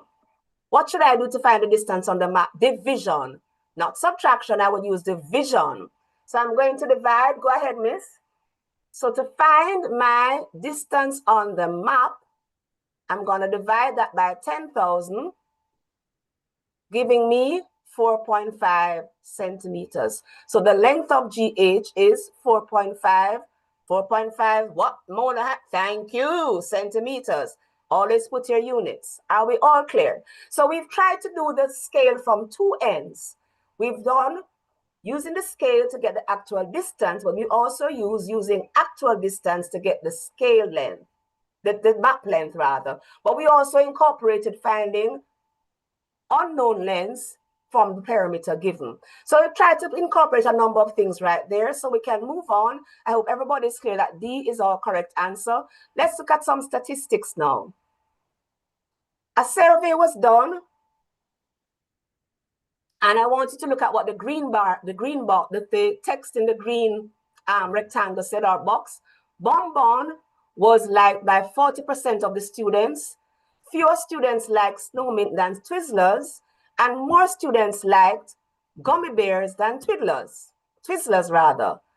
So that's what the survey, our question says we are to select the bar graph that correctly represents this information. You can't jump at this one, you know. Take your time. Look at the thing. Which of these bar graphs correctly represents the information stated in that green box? Which of those bar graphs correctly represents it? Take your time. Give yourself some think time. Is it A? Is it B? Is it C? Is it D? Which one? Take your time and see. Let's take it stay. So I won't jump in. Let me give you some think time. I see some C's and I see some D's. I see C and I see D. All right. D and C. All right. Because we're tight against the clock, I'm just going to, let's walk through each graph because I have to compare them. All right. It tells me that Bonbon is liked by 40%. All right. If I'm going to find out the percentage, what do you think I need to know the percentage? How will I know what percentage is represented by 40? Sorry, how can I find that 40%? Wrong question I'm asking. How will I find what number represents that 40%? There's something I need to do to find what number of students represents 40%. Because what will I need to find, students? Tell me. But before we even go there, let's look at some of the obvious things. Fewer students like Snowmint than Twizzlers. The thing here that has fewer students like Snowmint than Twizzlers. All right. Is there any graph that shows Snowmint being more than Twizzlers? And let's see if there's any that shows Snowmint more than Twizzlers. Okay, option C tells me that Snowmint is more than Twizzlers. So can I choose option C? No. I can't choose that one because it's showing Snowmint is more than Twizzlers because the bar is higher. Good. So C is out. I can't choose C because C has Snowmint more than Twizzlers. All right. What else did they tell me? Fewer you that. More like gummy bears than Twizzlers. All right. Is there any that has Twizzlers more than gummy bears? Any have Twizzlers more than gummy bears? Okay. Look at D. Is gummy bears more than Twizzlers in D? No. So I can't choose D either because gummy bears has to be more than Twizzlers. Are we seeing that, boys and girls? So I cannot choose D either because there has gummy bears fewer than Twizzlers. So that's out as well. So I have to go between A and B. All right. Now I have to go use this 40%. This 40% look like that is a tiebreaker. How many students are there? How will I know what is 40%? How many students represent 40%? How will I know that? The total is 50. Thank you, DuPont. DuPont, you're on a roll today, man. I'm loving it. Great stuff, DuPont. A number of you are participating, and I love it. So it's interesting, Miss, because I'm not sure how DuPont came up with the 50. But DuPont, I don't know how they came up with the 50, but that was not given. But, you know, good so implied DuPont, there. Could you tell me how you got your 50? But in the interest of time, I'm going to be adding the heights of all the bars. This is 20. This is 15. That's 35. And 10 gives me 45. And 5 gives me 50. You'll find that all of them add up to 50. So there are 50 students in the class. Are we clear? All right. Good. Go ahead. All right. So they're saying now that 20% of the students liked gummy bear. Sorry, 40% liked gummy bear. So that means I'm going to have 20 persons liking gummy bears. Everybody agrees with that? It's a 20. I must have a bar that one of them that has 20. What else am I looking for? More students like gummy bears than Twizzlers, all right? Good. Anything else?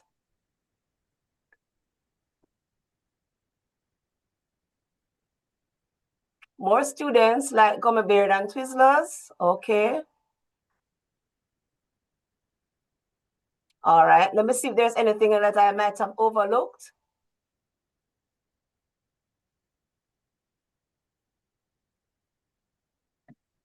Anything I overlooked here? The answer is A. All right, I see something that might have gone a little awry here. No, you're fine, miss, because based on what you're saying here, let me come in here. Sure. Bonbon, more students like Bonbon, which is 40%. Here we have Bonbon being the tallest bar. We have fewer students like Snowmint than Twizzlers. Fewer students like Snowmint. Snowmint would be less than Twizzler. All right. We have here Snowmint again being less than Twizzler over here as well as in A. But then it says more students like gummy bear than Twizzlers. We are seeing in A here where more students like gummy bear than Twizzlers. So definitely this graph here would have matched it where we have fewer students liking Snowmint, so that's okay, than Twizzlers. However, more students liking gummy bear than Twizzlers. However, when you go over to B, we are seeing Just a second, miss. I'm gonna self-correct, miss. Miss looked at the gummy bear and read gummy bear as what? Bonbon. We have to be careful. Miss was not being careful. So she looked at the gummy bear, saw the 20%, saw the 20 people, and forgot, didn't look to see that it was not Bonbon that was 20. So she said to herself, but that is 20, so it can't be. How come? So you have to catch yourself and self-correct. So thank you for helping me out there, miss. Is gummy bear supposed to be the one that is 40%? no, miss, it is right. So it's actually Bonbon must be Bonbon. 20%, 40%. So it's the bonbon that must be at 20, not the gummy bears. So the gummy bear is more than the Twizzlers, but it's not supposed to be 20. It's not supposed to be 20. It's the bonbon that's supposed to be 20. Are we clear now? So it cannot be neither, because bonbon at this point is 20%, not 40%. And so the answer. So B is out as well. All you B persons, check yourself before we wreck yourself. Because why? Look, let me add here for B, they're showing gummy bear with the tallest bar, right? However, it is Bonbon that is liked by most of the students here. For students like Snowmint than Twizzlers, more students like gummy bear than Twizzlers. And we see it of course we're seeing where more students like gummy bear than Twizzler here. And we are seeing here where the other one, fewer students like Snowmint. Yes, we're seeing that fewer students like Snowmint. And here we go, the 40% for Bonbon there. All right. Okay. Hope we're clear on that. It's 11 o'clock. It's 2 minutes after 11. We have one more question left if my memory serves, right? Can we just think we can forego that one, miss? For no, time? I don't. You don't want to? I know. All right, then can I let's ask them for a couple of minutes then. Can we just ask you for a couple of minutes, because I just want to look at this last question before we wrap up and allow you to give the feedback. Go ahead, Mr. The last question, question 12. All right, let's move right along. Let's get rid of these. So we would have shown our answer here to be A. So our correct answer is A. Thank you for that. So A is our correct answer. Yes, in order for us to move on, we need to get our screen clean so that when we get to the next question, we don't have these in the way. Agreed. All right, so quick. All All right, so you're asked to make a model of a cube from a wire cut in equal pieces. Each piece is 4 centimeters long. What is the total length of wire used? All right, so I've been given two. What are the bits of information given that I'm going to use? Wire to make it. Each wire is the same length. Go ahead and show the information given, miss, because we're just going to tell now. It's a cube and each piece of wire is 4 centimeters long. What math do we need? Thank you for typing in Stella Mars. What math do we need to solve the problem? Tell me. What math would I need to find out the total length of wire used? What math would I need? Quickly tell me.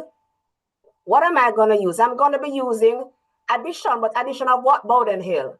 Multiplication, but multiplication of what? And why am I using multiplication?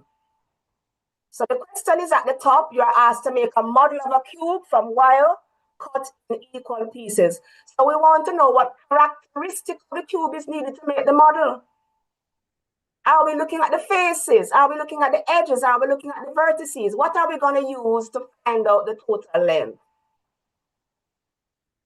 So thank you, Salamars. I'm going to find the length. Go ahead, Mr. Ken. I'm going to be looking at the length of the edges.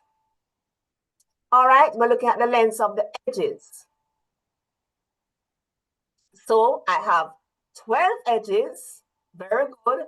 And each length is 4 centimeters. So that means I'm going to need 12 pieces of wire, each 4 centimeters. And therefore, I'm going to multiply, or I wouldn't be adding 4 12 times. I've used faster by multiplying. So 12 times 4 would give me 48. And so we took 2 minutes to do that. Thank you for your extra 2 minutes. So our correct answer. So we have to be careful now.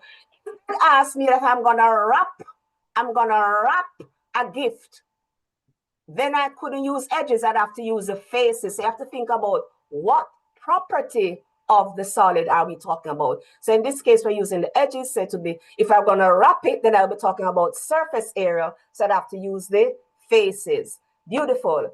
Thank you, boys and girls. I hope we've all registered.